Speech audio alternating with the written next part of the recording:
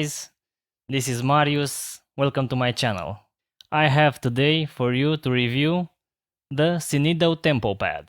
This is a MIDI device made especially for music production, music composition, DJing, and of course live performance, such as live loops. It comes in the box with a USB cable to connect to your computer or even your phone. A MIDI cable if you want to connect it to your hardware synth. A user manual, of course. And the device.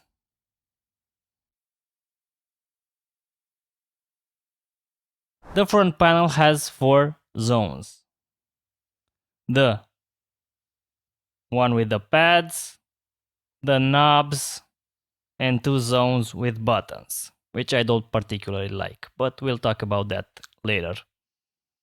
The pads are RGB lit, they are velocity sensitive, and they have 4 pressure settings that you can change to match your style of playing. They function in 2 ways. First, sending notes like a piano, and the other by setting everything up yourself the way you need. The second zone, the knobs, are endless encoders with a nice click to them, so you always know how much you are changing your parameters. They can be set in 3 different banks, so you can have 12 different parameters that you can change right on your fingertips. The third zone, with the buttons, lets you change the knob bank, the mode in which you are playing on your pads, the pad banks, if you want higher octaves or do something else. You have a tap tempo button right here, and a note repeat, which will play the same note on the tempo you just tapped. My problem here is with the buttons, which are not very clicky. They tend to stay when you push them.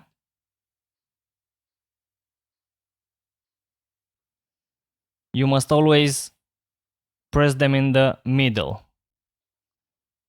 The last zone is with the transport control buttons. You've got your play, record, stop, and other things that you might need. You can fully customize your TempoPad with the dedicated app that you can download from Synido's website. With all that being said, let's jump into Ableton and see what this device can do. So here we are in Ableton.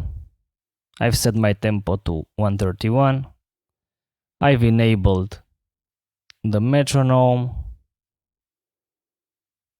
I've activated the record quantization on 16 notes. I'll also show you what I did in preferences, in audio, buffer size 128 samples, and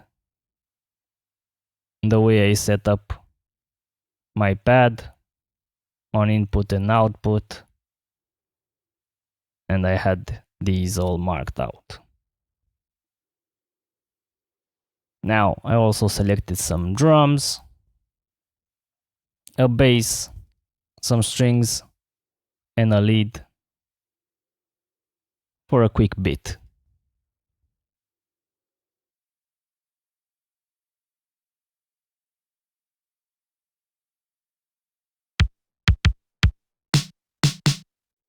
Now, let's start. I like to put my velocity type on the blue one. It feels the best to me and my playing. Now, let's record.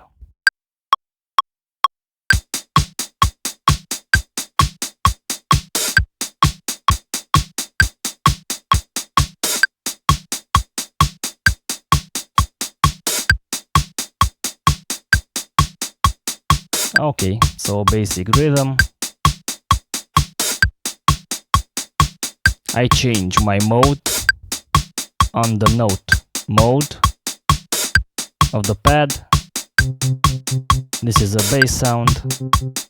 I should lower my octave. This sounds about right. Now let's see. Start recording.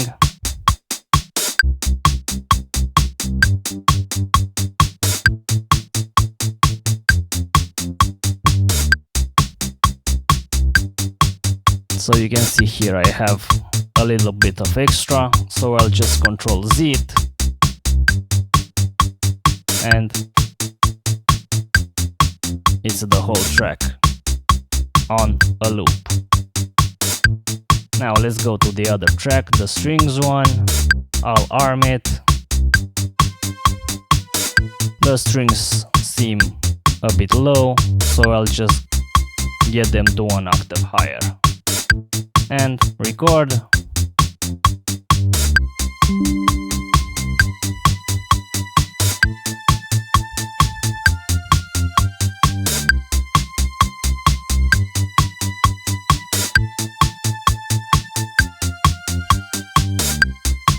Okay, now the lead.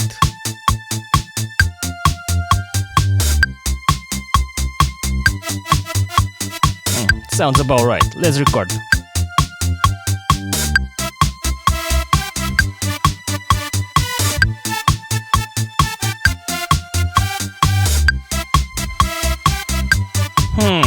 Sounds okay. I've programmed this knob to modulate my filter.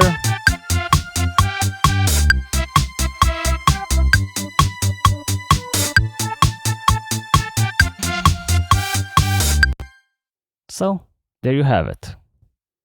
You can definitely make do with this pad.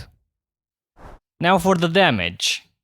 The retail price for the pad is about $90, but for a short time and with my affiliate link that I will leave down below in the description, you can have it for about $70. Until the next time, have a good one, and also remember, enjoy music. Cheers!